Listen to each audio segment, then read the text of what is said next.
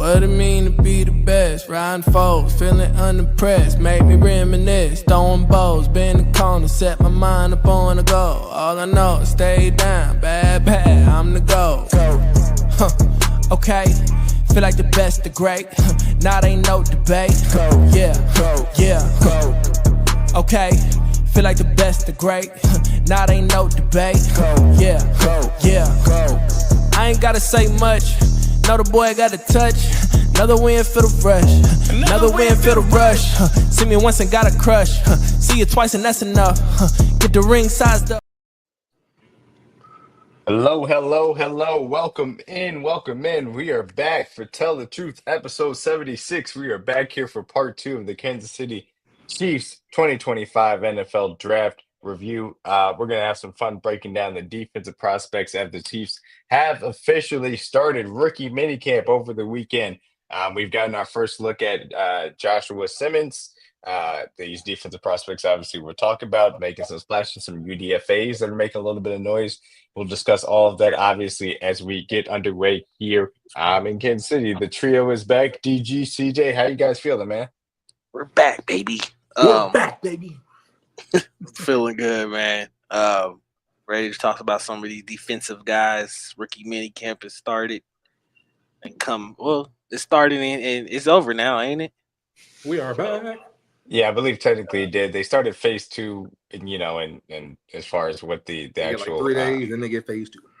Right, Yeah. exactly, yeah. So close to OTAs, close to schedule release. So yes, schedule release will be coming next Wednesday. And certainly we'll see when and where the Chiefs will be playing their 2025 opponents. Well, I guess we technically know where, but when as it falls in the schedule, and we'll see if they have another early bye that kind of was a rough draw for them. Obviously, we expect at least one international game, possibly in Mexico, or I should say in Brazil, versus the Chargers to open up the schedule. But that has not been confirmed, so we'll see where that goes too. But obviously, we have some interesting things to discuss.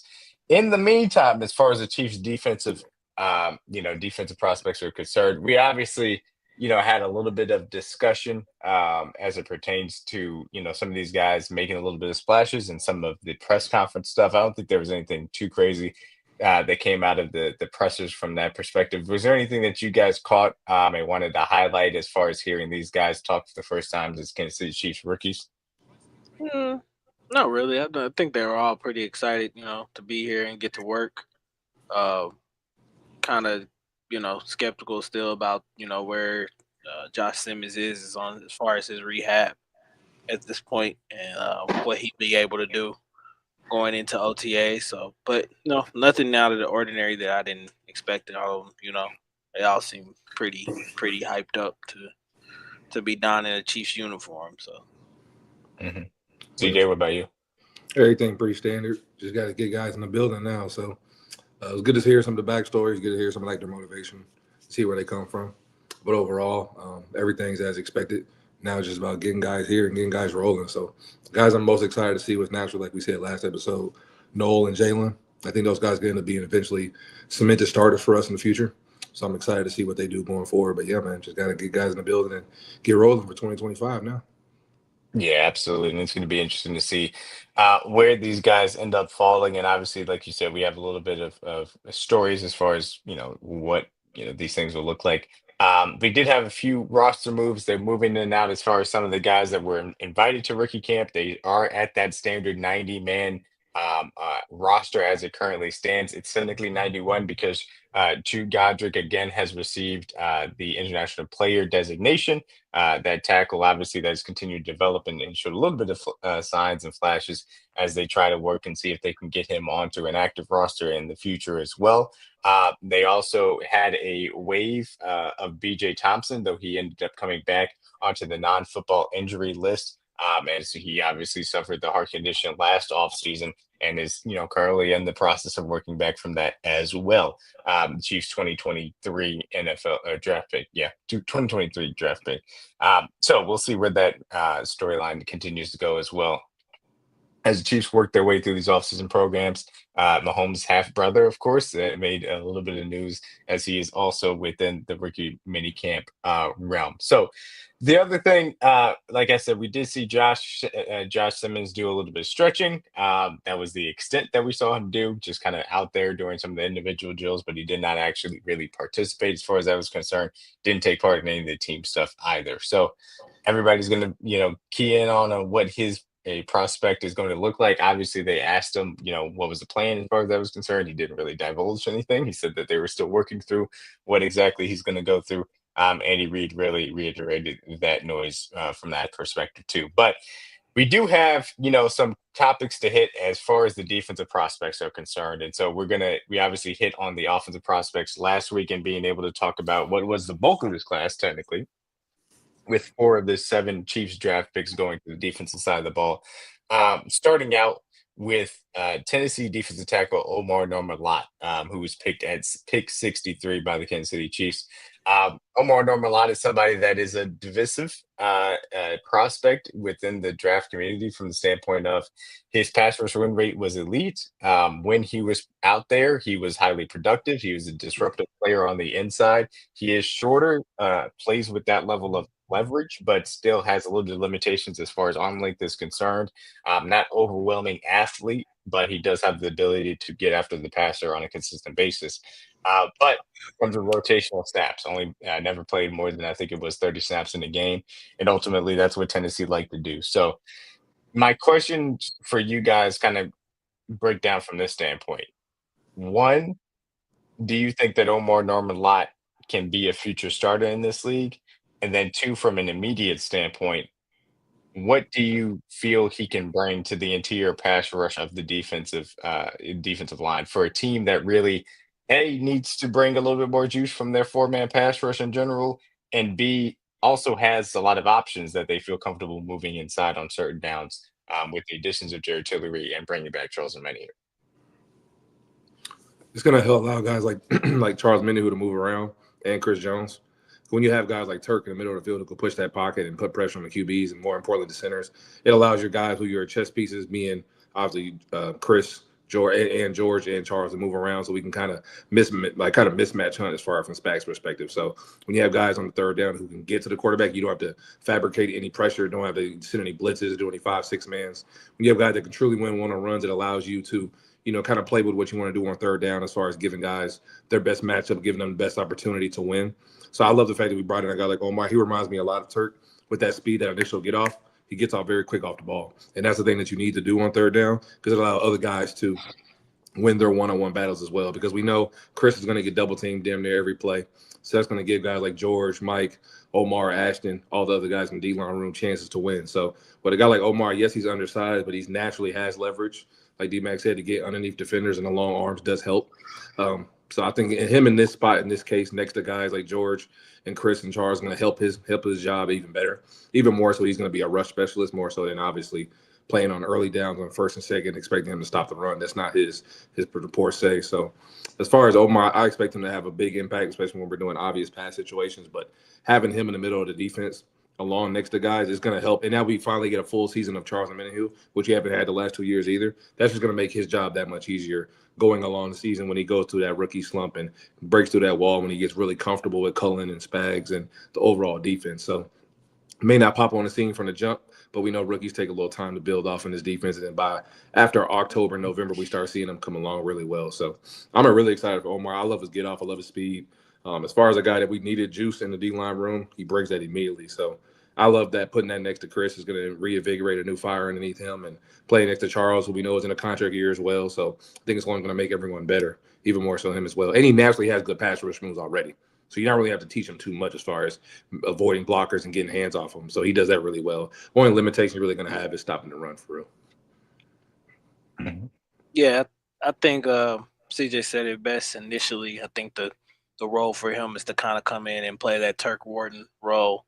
At this point, we saw the development that they kind of had with Turk over the years. I think Joe Cullen is arguably one of the better defensive line coaches in this league, and I think he can probably get the best out of this kid. You don't have to teach him much as far as pass rush, techniques and things of that nature. I think he's pretty solid in those areas, and already kind of shown what he can do from that perspective of the field. Can he be a future starter? Possibly. Uh, I think with some time and some development, I think this is probably the best situation for him to be in, to learn from guys like Chris Jones and Jeff Tillery, and Mike Pinnell and those guys in the middle, to kind of absorb some knowledge from them over the years, and take that into his career with them. So I think this is a really good spot for him to be in. Not a lot of pressure early on to have to come in and play every down. Something, because we all seen it at Tennessee. That's something that he really didn't do.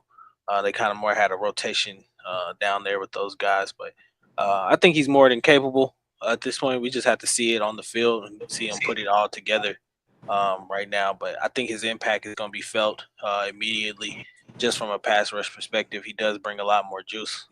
Third downs should be a lot better from that interior part. I think it helps guys like CJ said, Charles Omenihu, George Karlaftis, FAU, all the guys on the edge, Ashton Gillotte, all those guys on the edge. I think it helps them out a lot more, receiving one-on-ones and not having to worry about a defense, or an offensive line sliding protection or something to them, and having to solely more focus on, Chris Jones and him in the middle of that defense. So I think an impact will be felt immediately, man, and I can't wait to see what he can bring to the field. Yeah, absolutely. And I think it is. I'll be honest with you guys, and maybe it's the limitations that I put on. And again, having Cullen work with him, obviously he could strive for more, but it's probably difficult for me to see, at least within his rookie contract, him be a 3-down starter here.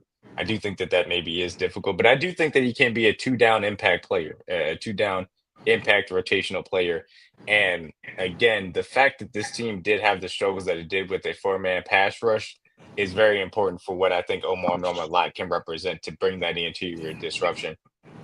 And whether it's Charles Omenihu, Jared Tillery, obviously we know Chris Jones is going to be out there.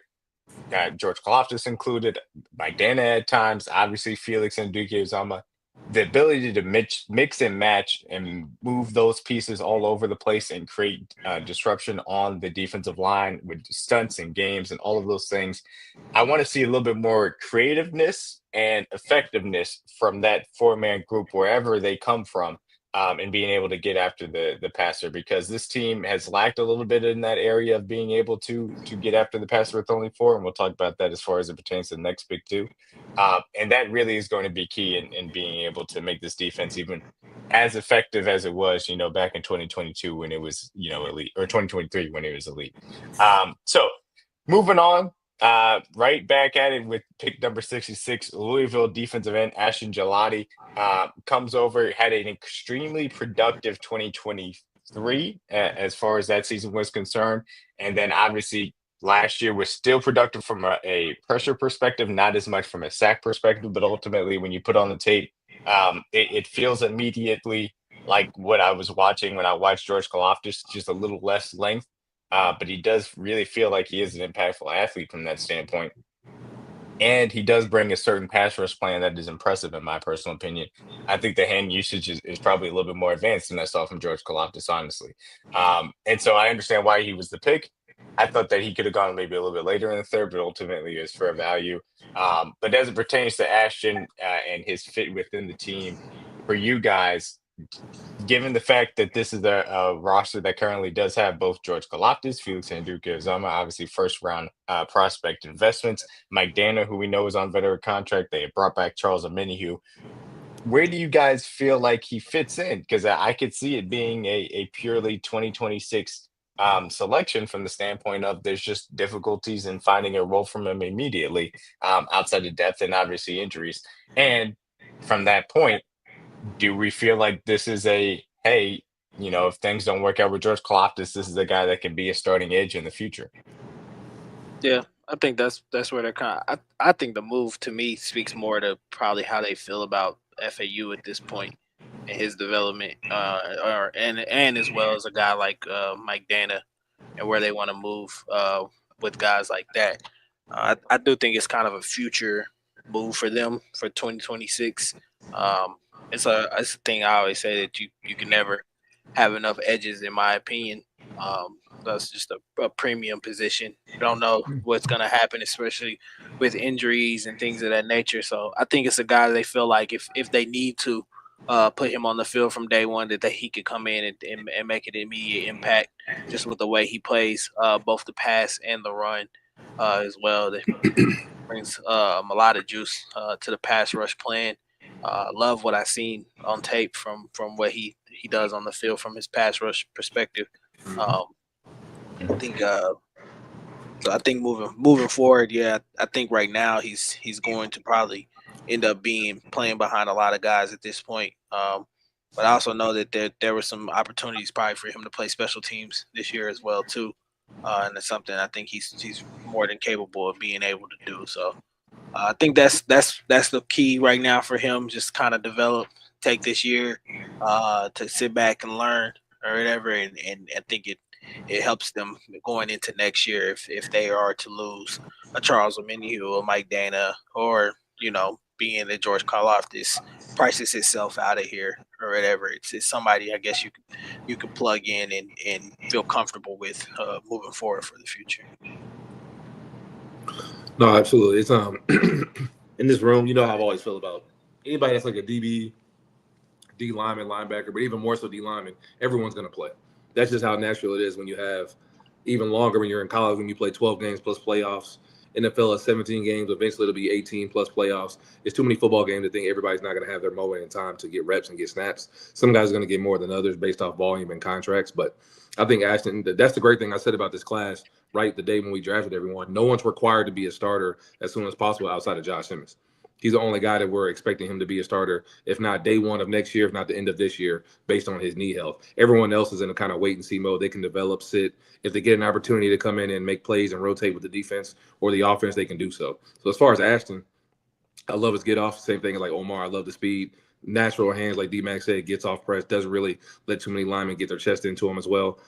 He's not sticky on blocks. Plays well against the run. He has a high motor and high effort, just like George. So I can see why they're good friends and why the Chiefs were interested in Ashton as well. So everything I like about the kid can come in. And you put a kid with a high motor with Joe Cullen, that's a match made in heaven, because he's only going to make him better, especially from a technique standpoint in pass rushing. So there's no pressure on him to play right away. I love that about him. And a lot of our other picks, they could just come in and learn truly, whether that be they make plays for us this year in the regular season and then playoffs if their numbers called, or 2026, like we're all expecting them to come in. So that's the great thing about this class. They don't have to come in and play right away. They can kind of sit and learn, and when their numbers called, they'll be ready. And especially with a guy like Joe Cullen, he's not really going to expect much more of him, especially because like I said earlier, this is going to light a fire underneath guys like Charles and Chris, because this is the last ride with those guys all together. So we got to make it count. So Charles is in a contract year. George is essentially trying to make his money too and try to prove he deserves top money.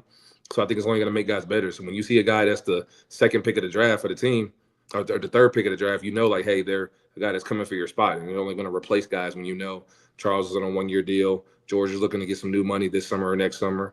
So things are moving in motion. So you got to, as a team, prepare for the future. And iron sharpens iron. It's only going to make guys better. So I love everything about Ashton. I love his motor. I love his get off. I love his family background. He comes from a military background, so I know he's going to be very detail-oriented. The guy's going to be focused, no nonsense. He's going to be locked in on the job. So I'm extremely excited to see him on the field. And as far as D linemen, just like like I always say, you can never have enough rushers.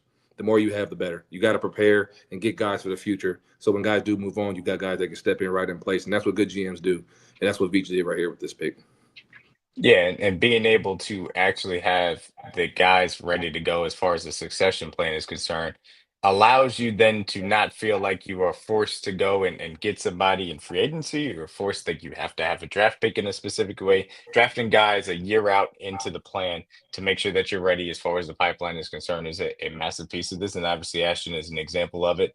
And obviously the fact that he worked out with George Karlaftis and reminded them a lot of tape of Karlaftis is no small coincidence for the type of guys that Spags likes to work at. But I will say this, even though I do think that he does fit the prototype for a Spags edge, he's got a little bit more bend than your normal Spags edge. And that's something More that speed, I too. didn't.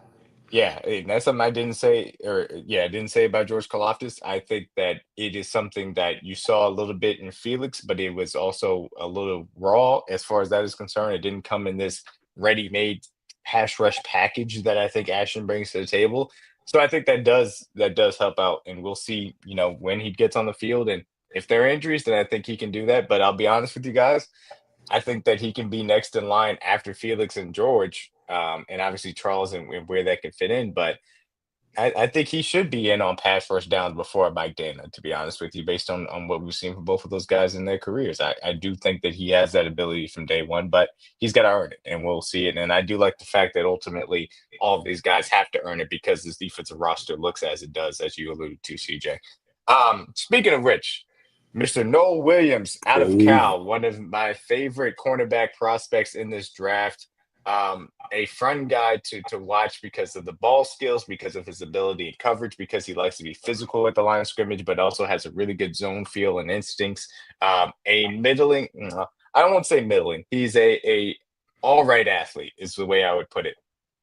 Does have length, which I think is important, and again, does play the ball and really in man coverage as well, the wide receiver. And I think that he does fit what Spags likes as far as his corners, and I'm really excited to see what Dave Merritt can do when he gets his hand on this kid, to say the least. So Nohl Williams, cornerback out of Cal, was that pick after they traded up using the Joe Tooney pick from the Bears to go from 95 to 85. And he joins what is a really crowded cornerback room, obviously with Trent McDuffie, free agent acquisition, Christian Fulton, and Jalen Watson as that top three. He will be competing with the Joshua Williams of the world, and obviously the Najee Johnson of the world and other cornerbacks for those cornerback four snaps. And obviously he'll have some special teams role as well, but he also has some return value, which we will see as we get up to St. Joe where exactly he may be falling in the pecking order as far as that aspect is. So two questions for you guys. One, do you guys think that he has the best ball skills out of any corner in the room currently, as he did lead FBS with 7 interceptions? And two, is this the deepest cornerback room in the Spags era with the addition of Nohl Williams as a rookie? No. deepest room, it may be. Yeah, I think Because it's the if deepest room. Knowles, I agree with that. he's four, yeah. Because you got Trent, Fulton. It's not better than the Snead room, but depth wise, it's definitely the deepest room. If Knowles, your CB4 for sure. Right.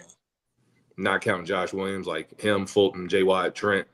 This is a deep room for sure. Now, does he have better? It's in college, going on a pro. I want to see him do it with NFL talent, but he does. He's definitely top two. Him and Trent would probably be the best guys as far as the DB room right Yeah, now. I still But think it's Trent.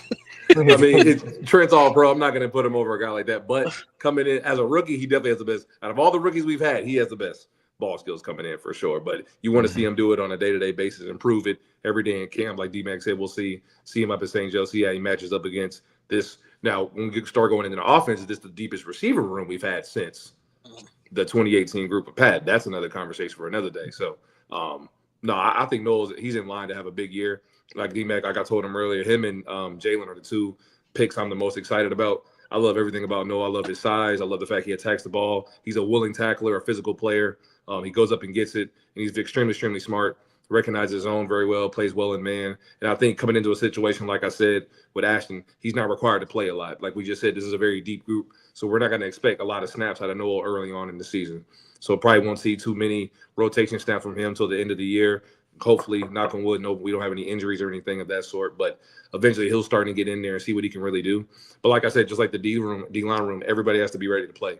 Your number's going to be called. There's going to be a week where somebody gets a random concussion, pull a hamstring, and you're going to go in there and play. It happens every year. It's football. So I think Noah's going to be able to step in right away, match his physicality, match the energy that Coach Merritt likes. And obviously, I think he's a smart enough player to pick up the Spags defense given the time. And, they kind of give you a little bit more of the defense, give you more of the playbook, and start seeing how much you can handle in the defense as the week goes on. So I'm super excited for Nohl.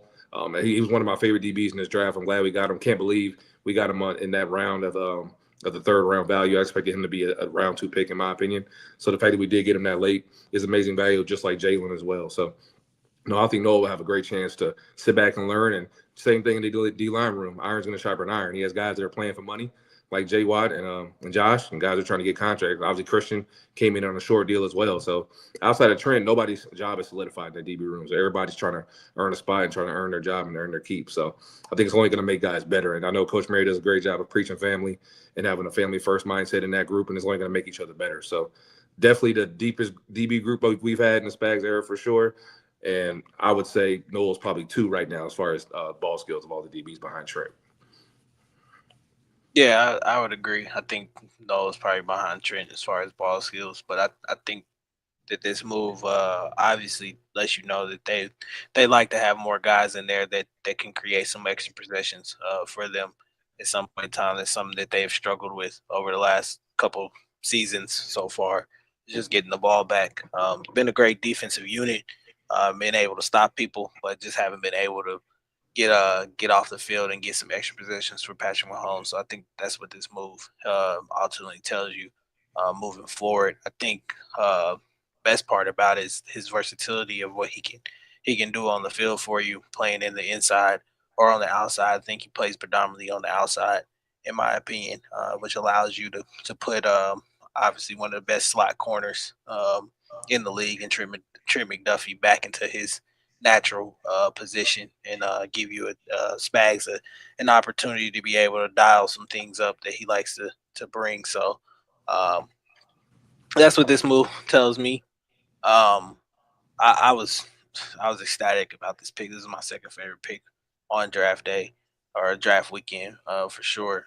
This kid I think brings a lot of juice to this defense. I think that he can with a year and some time and some change in time that he can start immediately for them and be a very impactful player for them. Smart kid. You can tell he's ready to come in and play. So it's excited to see what he can do as well. Trying to think what else. That's all I got. Yeah. And look, I think that's probably fair as far as the ball skills are concerned. Obviously, we saw Trent McDuffie get his first interception this season, and that's not indicative of how great his ball skills are in and of themselves. It's just to CJ's point, I think he will be the best rookie that we have as far as ball skills are concerned in some considerable amount of time, maybe since Marcus Peters ultimately. And it's not to the extent that he really gambles on a consistent basis. He's just very smart about understanding when the quarterback is going to throw the ball. Now, of course, when you're jumping in quarterback quality from college, specifically where he's playing, to now pros, they will take advantage of some of those things, and he will have to learn that as he goes through. But I really do think that those instincts will serve him well and bring a different element to this cornerback room that I'm really excited to see, even if it maybe is in a little bit more of a limited role. But again, as things progress and injuries happen, eventually that fourth corner is going to get on the field as things go, and there are going to be opportunities going to be called on. But I think the great thing about it is you got Christian Fulton, who's coming over and he wants to prove himself, but he does have an injury history. Jalen Watson, who of course got hurt last year, and really the cornerback room suffered from a depth and quality standpoint. He is going to a contract year, and he's going to be competing with Noah Williams, who is going to come out and be competing and try and prove himself. So I love the fact that those 3 guys competing to try and get as much snaps behind Trent McDuffie and what those guys can bring to the outside cornerback aspect and allow Trent to be inside more often, and what that looks like for our DB room as well. So, wrapping up with Oregon linebacker Jeffrey Bassa. Obviously brings a safety background as he converted. Is it Bassa or Bassa? I've heard Bassa and Bassa. I was going with Bassa. I don't want to butcher that boy's name. I'm sorry, bro. Yeah, I don't want to mess up his name either. Now you making me insecure. I feel bad. I've been saying Bassa all week. Let me see. I think it's Bassa. I think it is Bassa. If it is Bassa, I'll be like, bro, I'm sorry. He probably is used to it. He probably don't even care. Yeah. He's like, I'm here to make tackles. And that's the right mentality. They don't have it. All right. Well, we'll figure it out. But I'm going to go with Bassa. It is what it is. He comes with the safety background, has the ability to bring some of those coverage aspects to it. but is an athlete at the linebacker position, who also called the Mike linebacker spot for the Oregon defense, which I think is an important distinction to keep in mind as far as this is concerned, because this is what Spags likes in his second level players, guys that have experience in calling the defense. We saw that as far as the Leo Chanel pick was concerned. We saw that with Drew Tranquil coming over from the Chargers, and obviously we know what Nick Bolton has brought from Missouri and throughout this defense eventually to get his extension as well. So, look, I think that it's going to be a somewhat limited role unless one of these guys gets hurt, in which case, obviously, he's going to be thrust into a bigger role. But I don't think that they want him to be behind Jack Cochran or Cole Christensen, etc. They want him to be the next guy up from that perspective. And I think that's a good thing, because I think he can give you a little bit of dime backer stuff. That he can give you a little bit of juice off the edge if you got to just send him on a blitz. And I think he certainly can bring the coverage aspects of it. So I'm going to be interested to see where exactly he gets in if those injuries do happen. But my question for you guys is really this simple. As far as this pick is concerned, does this make you more concerned long term for either Drew Tranquil or Leo Chanel as far as the Chiefs moving forward is concerned, and their ability maybe to retain either, obviously both of them, but either one of those guys in your guys' estimation? I think this move is more about Drew Tranquil, in my opinion. He's getting a little bit older. Honestly, I don't know I hate to age the man, but I mean, I don't know how many more years he's actually going to play at the level that he's, been able to play at. Obviously, Father Time is undefeated. So to bring in a guy who I feel like is capable enough to, be able to call out the defense, but as well cover, tight ends, running backs, have that athleticism to do that. That was something that the Chiefs, I think, were missing kind of last year. And with the departure of Willie Gay leaving out of here. So I think that's something they kind of wanted to be able to go back and get back. So I think Bassa actually might see the field a lot more than some of these other guys immediately, starting off just from his pass coverage abilities of what he can do, former safety. So I think that plays a huge role into what they would like to do. I know a lot of people complained last year about the Chiefs against tight ends. And I think that problem kind of gets a little bit solved this year with him coming in and being able to kind of take over that role. Who do you think? I'm sorry to cut you off. Who do you think? Who do you think suffers as far as that's concerned? Do you think it's a Drew comes off the field more? Do you think it's a Leo that comes off the field? Or do you think it's a Nick that comes off the field more? Do you think it's less safety play from that perspective to get him into that role earlier? I would say I think it's more of Drew. Who probably ends up coming off the field. We've seen it last year. I think last year kind of showed. I think we all seen he kind of tried to bulk up a little bit to play that role a little bit more, and it didn't work out as well. I think also the age kind of starts to come into factor with him as well too. He is one of the older linebackers in this linebacker room. But I also think it speaks to what they want to do for the future as far as Bassa and Nick Bolton. I think they could combine for a good linebacker 1-2 punch, and them being able to play different roles.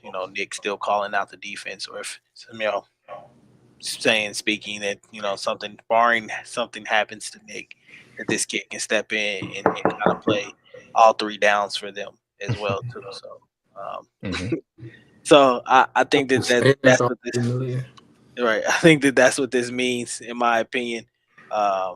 I think he's a 3-down linebacker that they really like. Played really well against the run as well too. So I think that they feel comfortable with being able to put him out there in that position. I think him and Leo could really be a nice tandem together too.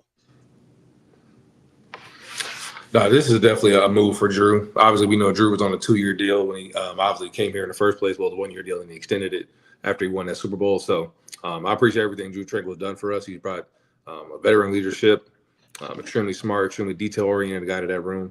And I think that was probably the best linebacking core we had when we were at full strength with him, Leo, Willie, and Nick. So this is that we said it all year during the regular season, like DG just said. that fourth linebacker, that speed, athleticism, we missed it. It was lacking, and that's why tight ends took advantage of it. And overall, people in the middle of the field, I always say that's where your money's made on defense. That's where guys get their big plays. That's where receivers try to attack. That's where offensive coordinators try to expose most defensive coordinators. So when you have a guy like Jeff Bassa who can come in and not only can he play well, he can play Mike as well. Did a lot of versatile things for Oregon's defense. Has that safety background like DMac said. So he's a guy that's extremely versatile and well-rounded, so he can play in multiple spots. And any guy that's usually drafted by the Chiefs, they preach versatility. So a guy that can do multiple things. So I love Jeff's background. I watch Oregon naturally because they were one of the best teams in the country. They weren't really the best at stopping the run, but he flashed a lot as far as passing downs. I remember specifically the Oregon game. Versus Ohio State, he made a lot of big plays. So obviously I think he can come in on third down and get some of those snaps. And like we said, out of all the rookies, he's probably the one that'll probably play. Out of all the ones that should get a lot of snaps this year, I'll probably say be him and Brashad for me that can come in and play the most. Just because their opportunities are going to be the most, because those are the weaknesses that we had last year. We lack speed and explosion in the running back room. That's where Brashad comes in. We lack speed and athleticism on third down, covering athletic tight ends, speedy receivers in the middle of the field, and running backs and linebacker, the Willie Gay role. So I think Jeff has a big opportunity to come in and play right away, especially when we're playing teams like Buffalo. We play this year. We play Baltimore, all their tight ends.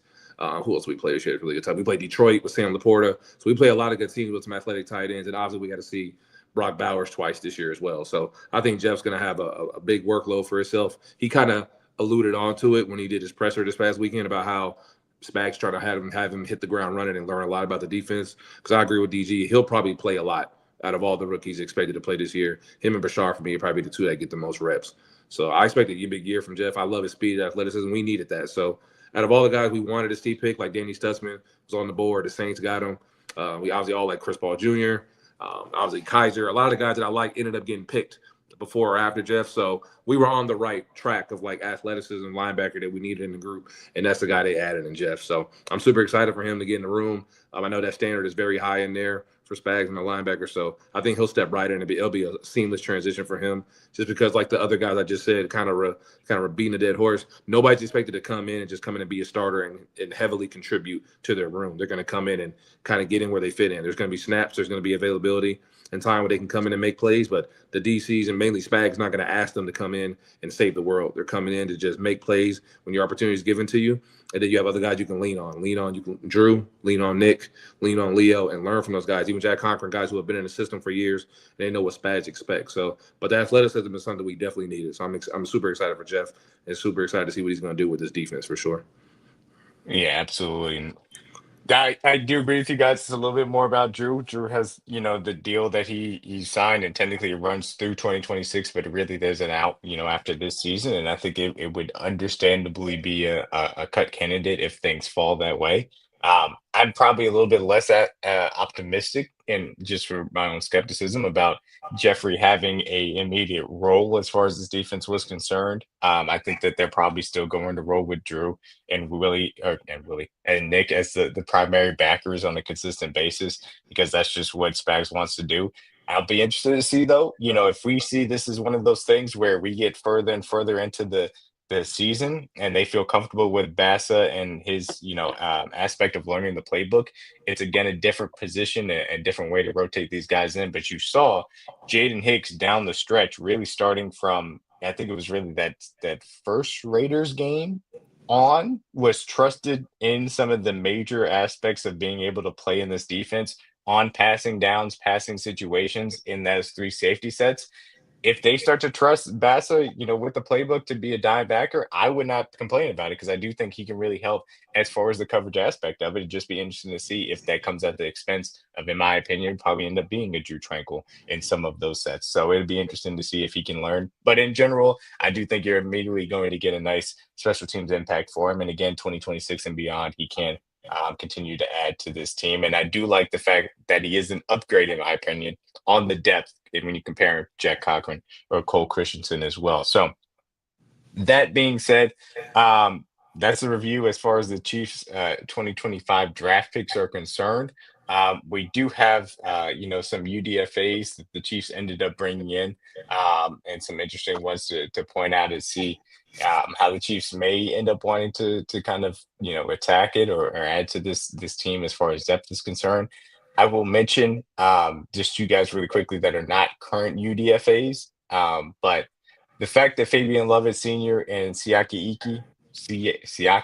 Ika, sorry, there we go, are kind of the run stuffing nose tackle types that obviously were kept on this roster to compete for a spot on the roster behind Mike Pennell right now, I think is noteworthy. Those are two guys that I think are going to continue to try and push for a spot, on this roster as we move forward, as far as that's concerned. So, I will just ask you guys if there's anybody as far as UDFA that you guys would like to highlight, and we'll go ahead and move on from there. Me personally, I talked about this guy a little bit as we got into draft season, but Melvin Smith Jr. I'm sorry, out of Southern Arkansas, a guy that they met with on a consistent basis and had in for a top 30 visit. He's a corner that meets what they like as far as athleticism and length. Performed well during bowl season, so I wouldn't be surprised, if they try and keep him around at least on the practice squad. Can he push, for last cornerback spot? I think that's probably a little bit, too much of an expectation with guys like Chris Rowland-Wallace and obviously Najee Johnson at the back end of that, cornerback room. And obviously they have safeties, really four of them kind of set as far as Hicks, Cook, Deion Bush, and Mike Edwards as it currently stands, and Shamar Connors in that, I should say, ahead of Deion Bush as far as that's concerned. So I don't know if it's really a roster spot opportunity, but it is something I think worth keeping an eye on, certainly for practice squad and development standpoint, because as we kind of spoke about, both Joshua Williams and Jalen Watson do have expiring deals at the end of this season. So for you guys, any Chiefs UDFAs on the defensive side of the ball that really catch your eye? You guys like to highlight as we get into this? I have not looked at that list, so I guess it'd be as good. The UDFAs, I've been more offensive focused because I don't really think there's focus, too many defensive guys that are pretty much gonna. Some guy may sneak in and may get a spot, but I think obviously the UDFAs for offense is where the guys that have true opportunities to make an impact on this roster. So I haven't really looked at the defensive guys too much. I know there's a couple on there that intrigued me, that kind of sparked my interest that I may dig deep more into, but nobody I think is has a true big opportunity to make the roster. On offense, I could probably name three guys that could probably end up making that could legitimately make the roster. So yeah. I don't blame you guys. I mean, I think that it is a little bit of a testament to where the Chiefs roster is at, that it is more of the offensive guys that we're looking at. Not that the offensive roster is bad, but that I think this defensive roster is pretty good as far as the depth is concerned right now. Two guys that have been mentioned a little bit: Brandon George, the linebacker to Pittsburgh. A lot of athleticism, kind of similar to Sean Dolak in that aspect of it, where he's a guy that you can see if he can continue to develop. Reminds me a little bit of Cam Jones, who was a guy that I liked, and obviously I hoped that they would keep around and kind of develop, but he ended up going over to the Patriots, and we'll see what happens from there. But we'll see if Brandon George, can turn some heads as far as this offseason program is concerned, and maybe stick on the practice squad and be something to challenge Cole Christensen and Jack Cochran for the back end of this roster ultimately, as far as the fifth linebacker spot, either now or in the future, in that aspect is concerned. And then the other one is Kozai Izzard, defensive tackle out of Penn State, that's in that run stuffing mold. Because again, that's an opportunity that is still open, I feel like, as far as the Chiefs are concerned. And I will continue to say Eddie Taplik? I can't say his last name, but I'll say Eddie, the punter out of USC, who did win the Ray Guy Award. I do think there's an opportunity to take that job from Matt Araiza, so we'll see how that continues to move on throughout this offseason program too. So all that being said, the next few weeks, we are obviously going to have a little bit of discussion as far as looking at the National Football League, what the draft classes have looked like, obviously in the division, as a main focus for it, and how we think those guys did, and certainly as far as the conference is concerned. We're going to talk obviously about the schedule. That'll be in 2 weeks' time, because we won't have it obviously next Tuesday, as far as that discussion point in that aspect of it. And we'll also be doing a little bit of roster review, a little bit of 53-man preview as we get further into the offseason program. Anything else, guys, you want to highlight before we go ahead and get on out of here? Nah, not for real, man. Short episode tonight, y'all. Sorry. CJ, you're muted. You muted. keep it short and sweet, baby. Yeah, right. Yeah, a little bit of a short episode getting into these defensive players, but yeah, we'll be on the lookout For any news that does come by, obviously we'll have a little bit of NFL news coming through as the owners are going to be meeting again. We may hear something about the tush push as far as that's concerned. Anything else that comes down the pipe as well. But yeah, all that being said, nothing left else. Make sure you guys check in to Underdog Fantasy. You can use code True3 or Kingdom Cast and get a $100 deposit match. Currently, NBA playoffs going on. Obviously, you guys can get in on that action as well as MLB season. Well Don't bet on underway as Tyrese we end the- Halliburton. Don't bet on Tyrese Halliburton's points. You can get the rebounds, man. I'm telling you, the rebounds they I'm be telling hitting. you, rebounds and assists over. Take the points under. You can do a little. Just keep them net off your positive, ticket, negative. folks. A little The positive, re- negative. You know what I mean? Them rebounds be hidden. I'm telling y'all. He good. He good for like 4-5. I'm telling you, he get you them rebounds right now. What All the right. hell? What the hell? What the hell, hell? y'all? Oh man. But yeah, nothing else left to say, man. Appreciate you guys for coming by talking about these defensive rookies. We're excited to see what these guys' kind of impact is going to be concerned. And we'll be having a breakout series as we talk about some of the guys that we expect to be stepping into bigger roles for the Chiefs in 2025 than they had in 2024. So appreciate you guys once again. For DG CJ, I'm DMac, man. Peace out. Go Chiefs. Peace. Jeez.